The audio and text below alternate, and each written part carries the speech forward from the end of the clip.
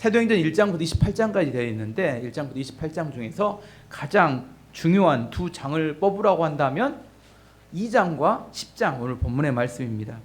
2장은 예루살렘 교회, 예루살렘에 성령이 임함을 통하여 예루살렘 교회가 세워지는 이야기가 나옵니다.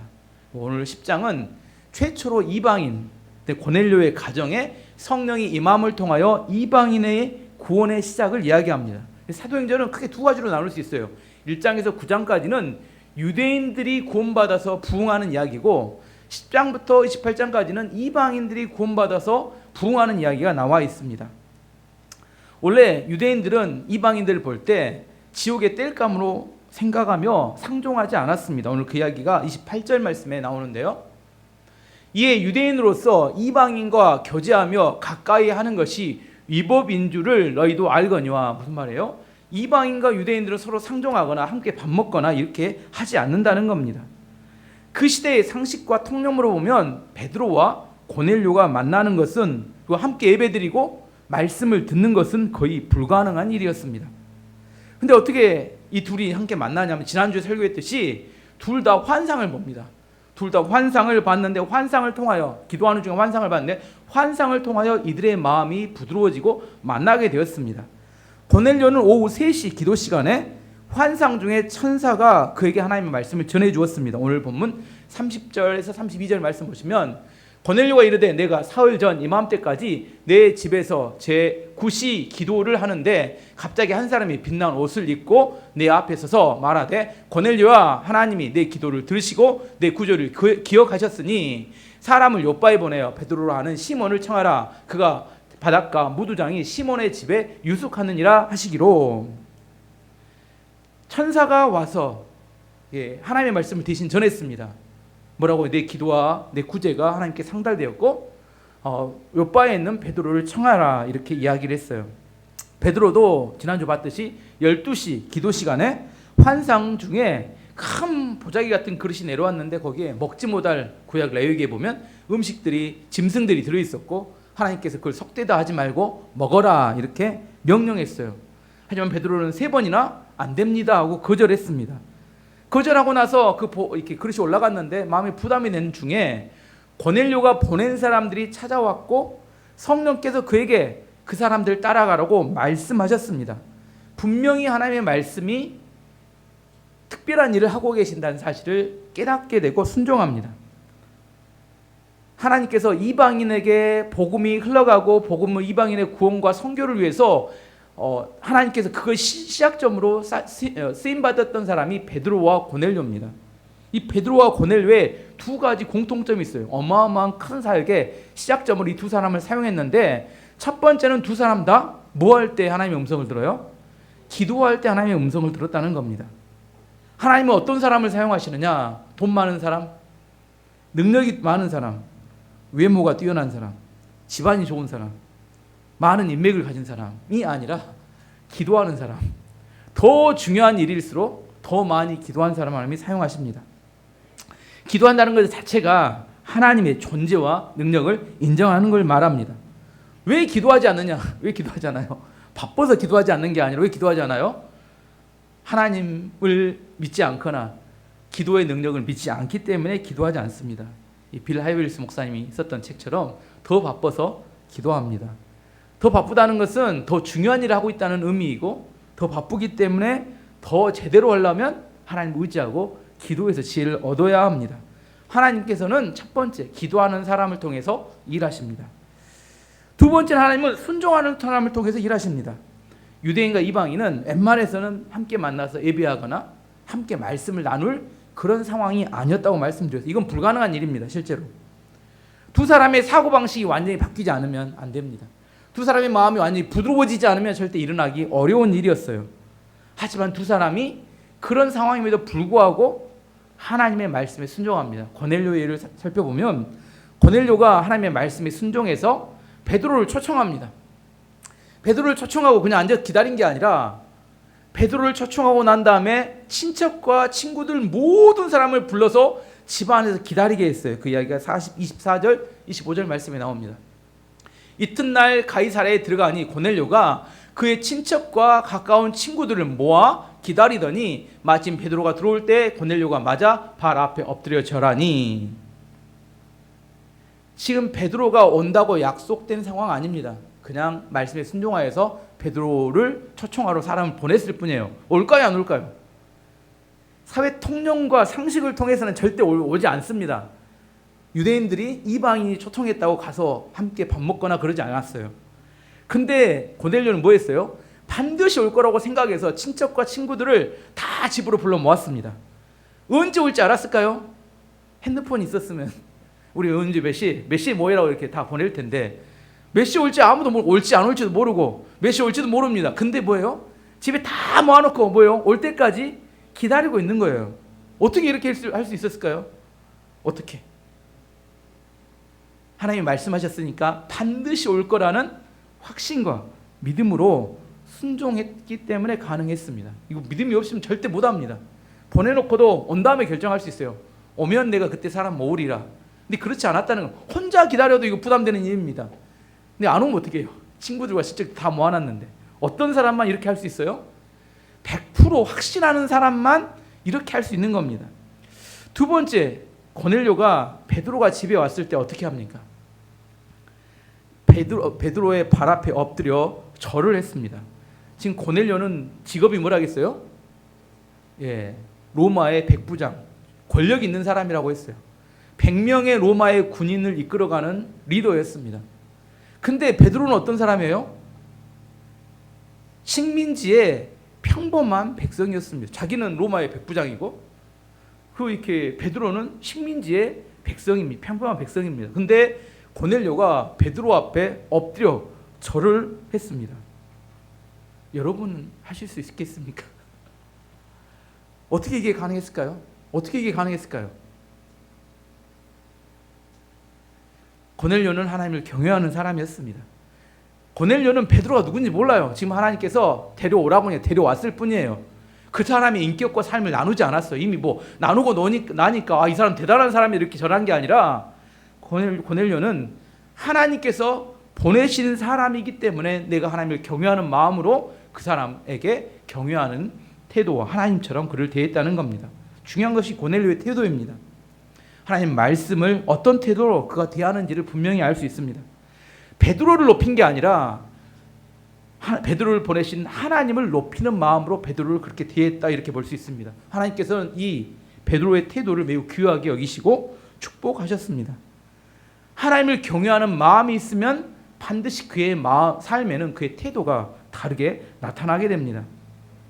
고넬료가 베드로를 이렇게 대했을 때 베드로는 어떻게 대했습니까? 하나님처럼 대했을 때 26절 말씀 보시면 베드로가 고넬료를 일으켰죠. 일어나라, 나도 사람이라 하고, 뭐라고요? 나도 사람이다, 이렇게 이야기를 했다는 겁니다. 사람이 높은 자리에 오르거나 돈을 좀 벌게 되거나 성공하게 되면 처음에는 나도 사람이다 이렇게 이야기해요. 근데 시간이 지나면 이렇게 대하면 어떻게 해요? 모른 척 합니다. 내가 시키지 않았다는 거예요. 상대가 나를 그렇게 대했을 뿐이랍니다. 좀 더 지나면 어떻게 해요? 진짜 본인이 진짜 하나님처럼 행세를 하기 시작합니다.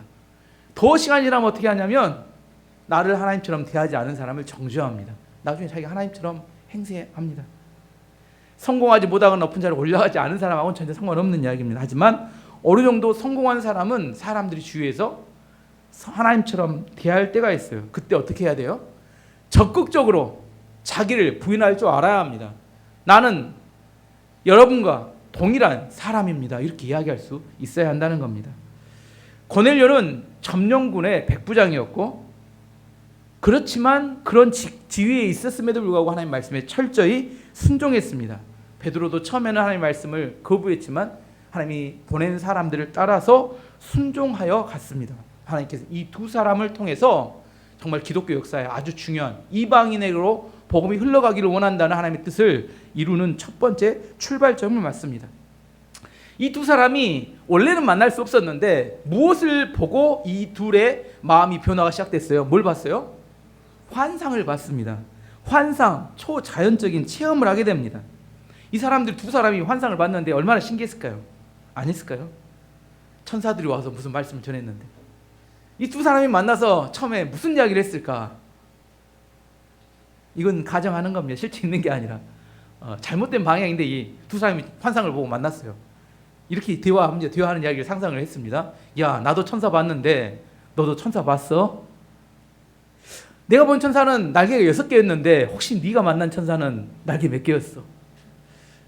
나는 그 천사의 날개를 만져봤더니 부들부들하더라. 너는 어쨌냐? 이런 이야기 할 수 있잖아요. 만나서 자기 체험을 나누면서 시간을 보낼 수 있습니다. 하지만 환상을 본 두 사람은 그런 체험을 나눈 게 아니라 베드로는 예수 그리스도에 대한 복음을 전했고 고넬료는 그 복음의 말씀을 들었습니다. 34절에 36절까지 말씀 보시면 베드로가 입을 열어 말하되 내가 참으로 하나님은 사람의 외모를 보지 아니하시고 각 사람 중 하나님을 경외하며 의를 행하는 사람은 다 받으신 줄 깨달았도다. 만유의 주 대신 예수 그리스도로 말미암아 화평의 복음을 전하사 이스라엘 자손들에게 보내신 말씀하고 쭉 다음에 뭐냐면 예수 그리스도의 십자가의 복음과 부활에 대한 이야기, 그리고 어떻게 하면 사람 예수 그리스도를 통하여 죄 사함을 얻는 용서가 발생할 수 있는지 복음과 죄 사함에 대한 이야기를 쭉 전합니다. 쉽게 이야기하면 정리해 보면 기적으로 시작했는데 말씀으로 끝을 맺고 있다는 겁니다. 원시 시대에도 원시 종교가 있었어요. 과학으로 움직인다는 이 시대 문명 사회에도 인간의 종교심이 있습니다. 무슨 일을 시작할 때마다 돼지머리 갖다 놓고 거기다 절하고 이렇게 막 돈을 입에다 막 5만 원짜리 막 집어넣습니다. 이사 갈 때마다 선 없는 일을 찾습니다. 결혼하면 사주팔자를 또 이렇게 알아보러 다녀요. 신년이 되면 토종비기를 봅니다. 뭐예요? 인간의 종교심이 있다는 거예요. 종교심이. 과학이 발달해도. 종교심의 뿌리에는 뭐가 있냐? 종교심의 뿌리에는 초월이 있습니다. 쉬운 말로 초월을 기적이라고 합니다. 초월과 기적은 종교심의 뿌리예요. 사람이 어떻게 종교심이 생기느냐? 기적을 보게 되거나 초월적인 사건을 경험하면 마음속에 신을 갈망하는 그런 마음이 생겨나게 됩니다. 무당 중에서 날선 작두를 타는 무당이 있어요. 잘 날선 작두 위를 사뿐사뿐 걸어 다닙니다. 그래도 발이 다치지 않아요. 무당을 하려면 이 정도는 해야. 그렇지 않은 무당은 아무런 능력이 없습니다. 불교에서도 그런 게 있어요. 불교에서도 신라의 불교를 전해준 사람이 이차돈입니다. 근데 전설을 따라 뭐라고요? 이차돈이 순교할 때 목을 베었더니 빨간 피가 아니라 흰 피가 나오더라. 거짓말 같지만 그런 이야기가 역사 속에 나옵니다. 가장 또 초월적인 현상이 많이 나타나는 게 천주교입니다. 천주교는 예수님의 조각상에 피가 흘리더라 이런 뉴스 가끔 볼 겁니다. 어떤 마리아 성은 1년에 한 번씩 눈물을 흘리더라 이런 뉴스가 나옵니다. 어떤 수녀는 예수님처럼 손발에다가 십자가에 못 박힌 못자국이 생기더라 이런 뉴스가 가끔 나옵니다. 이 초월적인 현상이 나타나면 종교심이 생겨요. 하나님을 찾는 마음이 생깁니다. 기독교 안에도 초월이 있어요. 이런 체험을 합니다. 어떤 체험을 해요? 신앙생활 오래 하면 누구나 초월적인 것을 경험합니다. 경험하지 못한 사람 거의 없어요. 가장 쉬운 예로 기도할 때 뜨거운 마음이 들기도 합니다. 어떤 때는 환상을 경험하기도 합니다. 방언 기도도 합니다.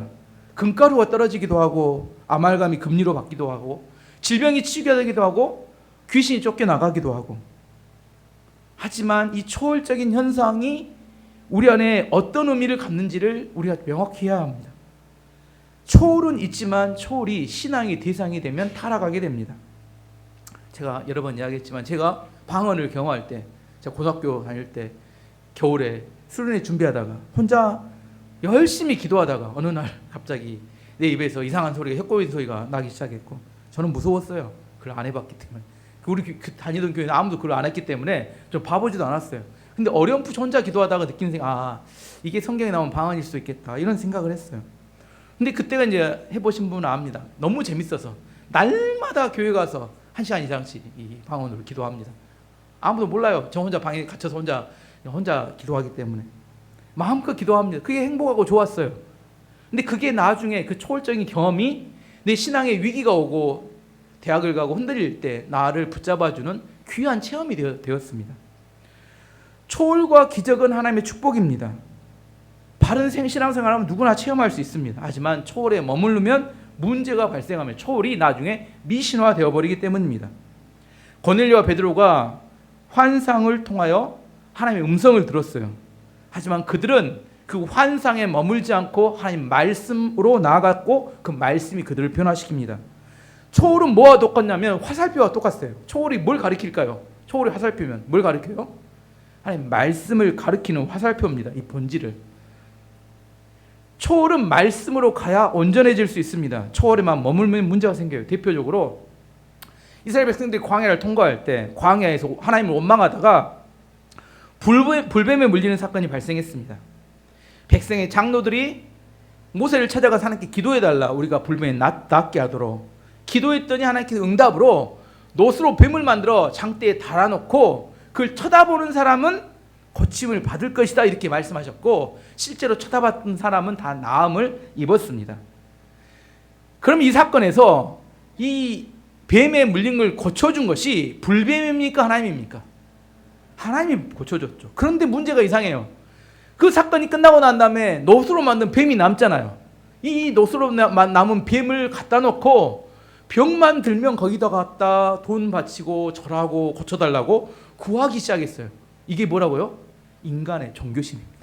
인간의 종교심은 뭐 나보다 좀 초월적인 능력이 나온다 생각하면 그걸 갖다 놓고 자꾸 절해요.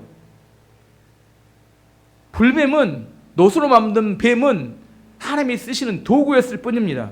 근데 나중에 불뱀이 우상이 되어버렸어요.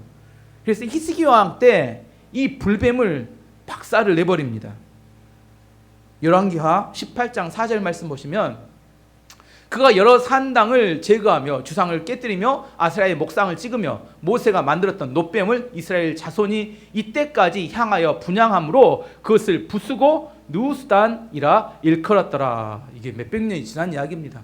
광야 시대부터 지금 그 히스기야 왕까지는 14명의 왕이 지나갔기 때문에 이 짧은 기간이 아니라 몇백 년 동안 이 뱀을 갖다 놓고 계속해서 우상처럼 섬겼다는 겁니다. 이게 히스기야 왕은 문제가 있다고 생각하고 이제 이 불뱀을 다 박살을 내버렸어요.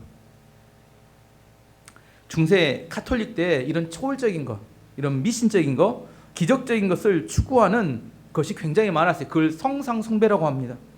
어떤 형상을 만들어 놓고 숭배합니다. 대표적인 것 중에 캐톨릭이 숭배한 것도 대표적인 두 가지, 우리도 착각할 수 있는데 첫 번째는 십자가, 두 번째는 마리아상. 우리도 교회가 십자가가 있어요. 십자가가 있는데 이걸 십자가를 우리의 질병을 고쳐주는 미신으로 섬기는 건가요? 우리는 그렇게 절대 보지 않습니다. 십자가상에 예수님이 달려서 십자가상입니다. 근데 천주교에서는 십자가상에 능력이 있다고 생각합니다. 십자가 형상에. 그리고 마리아상에 능력이 있다고 생각합니다. 드라큘라 영화는 유럽에서 만들어졌는 유럽 캐톨릭이 배경입니다. 드라큘라가 나타나면 뭘 내밀면 드라큘라가 또 도망가요? 십자가. 십자가가 능력이 있어서 귀신을 쫓아낼 수 있을까요? 십자가요? 아닙니다. 믿음으로 귀신을 쫓아나갈 수 있어요. 하지만 십자가의 형상 때문에 귀신이 쫓아나가지는 않아요. 요즘 드라큘라에서는 절대로 십자가 보고 귀신이 도망가지도 않습니다. 아시겠죠? 중세 카톨릭 때 초월적인 건 너무 추구하다 보니까 사람들이 초월적인 걸 보여주면 종교심이 발생해서 더 교회에 헌신하고 충성하는 겁니다. 그러다 보니까 진짜 성령의 역사가 아니라 가짜 성령의 역사를 이용해서 자기 이익을 추구하는 사람들이 많이 생겼습니다. 진짜가 아닌 가짜가 더 많아졌다니까요. 종교심을 이용해서. 이게 판을 치니까 여기에 분노한 사람들이 가짜의 껍질을 벗겨야겠다, 이렇게 나온 사람들이 18세기에 계몽주의 사상가들, 그다음에 과학자들, 심리학자들이 이 가짜 초월에 대해서 문제를 제기했습니다. 예를 들어 이런 겁니다. 큰 전염병이 나타났어요. 그랬더니 교회에서 뭐라고 해요? 하나님의 심판이다, 이렇게 이야기했어요. 그랬더니 과학자들이 하나님 심판이 아니라 바이러스와 세균의 감염이다. 그래서 뭘 만들어요? 항생제를 만들어 다 치료해버렸어요. 두 번째, 번개가 치니까 번개가 치는 것은 하나님 심판이다. 마틴 루터가 번개가 칠 때마다 무서웠대요. 죄진 사람 자기가 벼락 맞을까 봐. 그래서 과학자들이 뭘 발견해요? 번개는 전기다. 그래서 머리에다 뭘 꽂으면 피레침을 꽂았더니 아무도 안 죽었어요. 그래서 그 껍질을 또 벗겨버렸습니다. 또 어떤 심리학자들은 환상을 본 사람들에게 환상을 봤다고 하니까 야, 그것은 심리적인 현상이다 하고 그것을 심리적인 현상을 밝혀 드러냈습니다. 초월을 경험할 수 있어요. 성령을 통한 초월이 있을 수 있지만 가짜 초월적인 경험을 통해서 종교심을 유발하려고 했던 것들도 있을 수 있다는 겁니다. 종교심을 이용하기 위해서 사람들, 신자들을 초월에 메워놓고 초월적인 방법으로만 문제를 해결하려고 할 때 신앙은 미신화됩니다. 지금 제가 이야기하는 것은 초월이 우리의 신앙의 출발일 수는 있지만 그것이 어디로 화살표가 어디를 향하고 있다고요? 말씀으로 가야지만이 온전해질 수 있다는 사실을 분명히 알아야 합니다. 하나님의 약속의 말씀을 붙들고 약속 앞에 순종할 때 우리가 하나님의 뜻을 따를 수 있습니다. 기적과 초월은 결국 말씀을 받기 위한 과정이다. 과정일 뿐입니다. 우리의 시작은 체험을 통해서, 왜 우리 마음이 딱딱하니까 여러분이 뭔가 보지 않고 뭔가 체험하지 않으면 쉽게 예배 드리고 우리가 쉽게 하나님께 마음이 열릴까요? 그렇지 않습니다. 하지만 거기에 매여 있으면 우리 신앙은 미신화됩니다. 우리 안에 올바른 방향으로 나아가기 위해서 반드시 말씀 중심의 신앙이 되어야 합니다. 초월 중심의 신앙은 어린 아이의 신앙이다, 이렇게 생각하시면 맞을 것 같아요. 어쨌든 사도행전 2장에서는 예루살렘의 성도들이 120명이 모여서 뜨겁게 기도할 때 그들에게 성령이 임하였습니다. 근데 사도행전 10장에서 고넬료의 집에서는 그들이 말씀을 듣고 있을 때 성령이 임하였습니다. 44절에서 46절 말씀 보시면 베드로가 이 말을 할 때에 성령이 말씀을 듣는 모든 사람에게 내려오시니 베드로와 함께 온 할례 받은 신자들이 이방인들에게도 성령 부어주심으로 말미암아 놀라니 이는 방언을 말하며 하나님 높임을 들음이러라. 사도행전 2장에서는 기도할 때, 사도행전 10장에서는 말씀을 들을 때, 제가 항상 말씀을 읽을 때마다 듣는 생각은 하나님 참 창의적이시다. 같은 거 반복하지 않으신다. 인간은 뭐하기 좋아해요? 룰을 만들고 틀을 짜기 좋아합니다. 여기서도 만약 기도할 때 성령이 임했으면 룰이 됩니다. 뭐라고 룰이 돼요?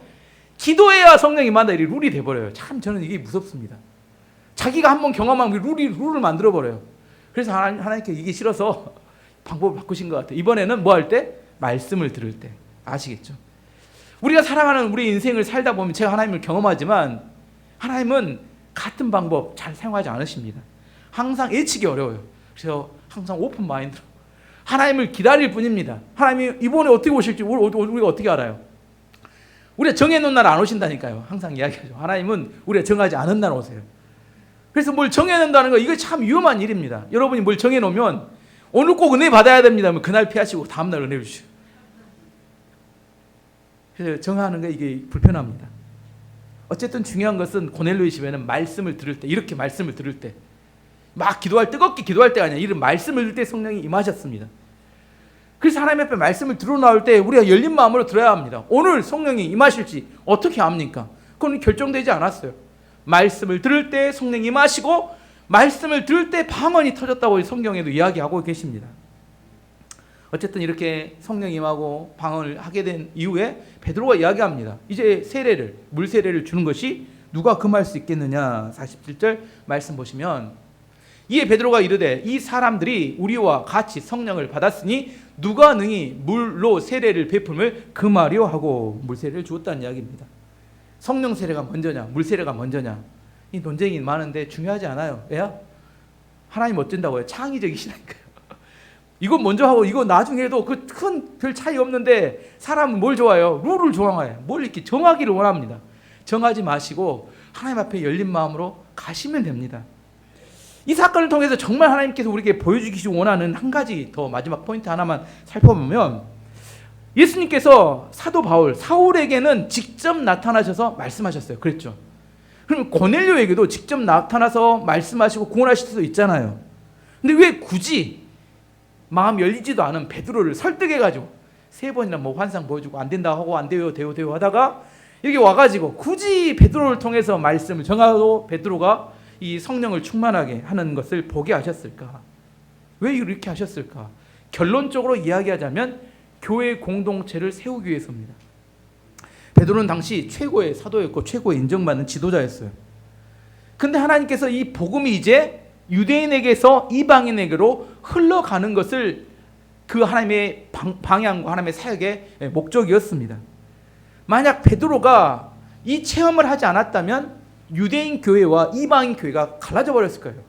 사도 바울은 이방인의 선교를 위해서 준비된 사람이었고 고넬료가 구원받은 다음에 사도 바울과 고넬료가 함께 만나서 이방인 교회를 세우고, 베드로는 예루살렘 교회를 중심으로 유대인들 교회를 세웠다면 이방인 교회와 예루살렘 유대인 교회는 아예 갈라져서 분리된 교회가 되고 말았을 겁니다. 근데 이걸 막기 위해서 하나님께서 베드로에게 부드러운 마음을 주시고 그 방향을 결정할 때 그것을 직접 깨닫게 하시기 위해서 하나님께서 베드로를 설득해서 억지로 끌고 가서 이걸 직접 경험하고 보도록 만드셨다는 겁니다. 사단이 교회를 공격하고 교회를 무너뜨리고 신앙을 무너뜨릴 때 가장 잘 사용하는 방법이 분열입니다. 어떤 뜨거운 집사님이 교회가 문제가 있다고 해서 교회를 떠나기로 결정했어요. 그래서 혼자 신앙생활을 합니다. 말씀 보고 기도하고. 이 성도, 이 집사님의 마지막 결론이 뭐였을까요? 혼자 있으니까 좋아요. 걸거치는 것도 없고 뜨거워졌어. 근데 금세 불이 꺼져서 거의 불신자처럼 살아가게 됩니다. 불은 불 붙은 장작이 혼자 있으면 오래 가지 못합니다. 불 붙은 장작은 반드시 함께 모여 있을 때 뜨거운 불을 만들어낼 수 있고 또 거기에 새로운 장작이 집어넣어져야 더 뜨거운 불이 될 수 있습니다. 새로운 장작을 집어넣지 않으면 또 오래된 장작들은 어떻게 돼요? 또 다 타서 재가 되고 맙니다. 오래된 장작은 누굴 말할까요? 과거에 은혜 받고 열심히 뛰었던 분들이 다 타버린 장작들, 뜨거운 장작이었는데 과거의 뜨거운 장작들. 새로운 장작은 새 신자를 의미할 수 있습니다. 이게 함께 공동체 안에 자연스럽게 이루어져 가야 합니다. 뜨거웠던 장작이 있고 새로 들어가는 장작들이 있어서 이게 함께 계속 공급이 될 때 교회는 부흥하고 성장하며 자라게 됩니다. 공동체를 무시하고 공동체를 떠나가게 되면 금세 불이 꺼져서 재가 되고 맙니다. 사도행전은 교회에 관한 말씀입니다. 교회가 어떻게 예루살렘에서 시작해서 땅끝까지 이게 성장해 가고 부흥해 가는지에 대한 이야기를 하고 있습니다. 한 개인이 아니라 공동체, 교회 공동체를 통하여 전 세계에 복음이 퍼져나가는 이야기를 하고 있는 겁니다. 공동체를 소중히 여길 줄 알아야 합니다. 함께 모여 뜨겁게 기도할 줄도 알아야 합니다. 교회는 절대로 사교 모임도 아니고 취미 모임도 아닙니다. 교회는 예수 그리스도의 복음을 전하고 구원받은 성도들이 함께 하나님께 예배 드리는 곳입니다. 오늘 말씀의 결론을 맺도록 하겠습니다. 처음 구원받았던 이렇게 처음 구원이 이제 이방인으로 향한다는 것을 알려주기 위해서 고넬료와 베드로를 사용하셨습니다. 이 두 사람의 공통점은 첫 번째 기도하는 사람이었고 두 번째 순종하는 사람이었습니다. 이 사람은 순종할 수 없었는데 만날 수 없었는데 이들을 변화시키기 위해서 하나님께서 환상을 통하여 이들이 마음을 부드럽게 했습니다. 근데 환상을 보았지만 이들의 마음은 다시 이들은 말씀을 향해서 나아갔습니다. 중요한 게 우리 안에 체험 시작할 수 있지만 말씀을 붙드는 게 매우 중요합니다.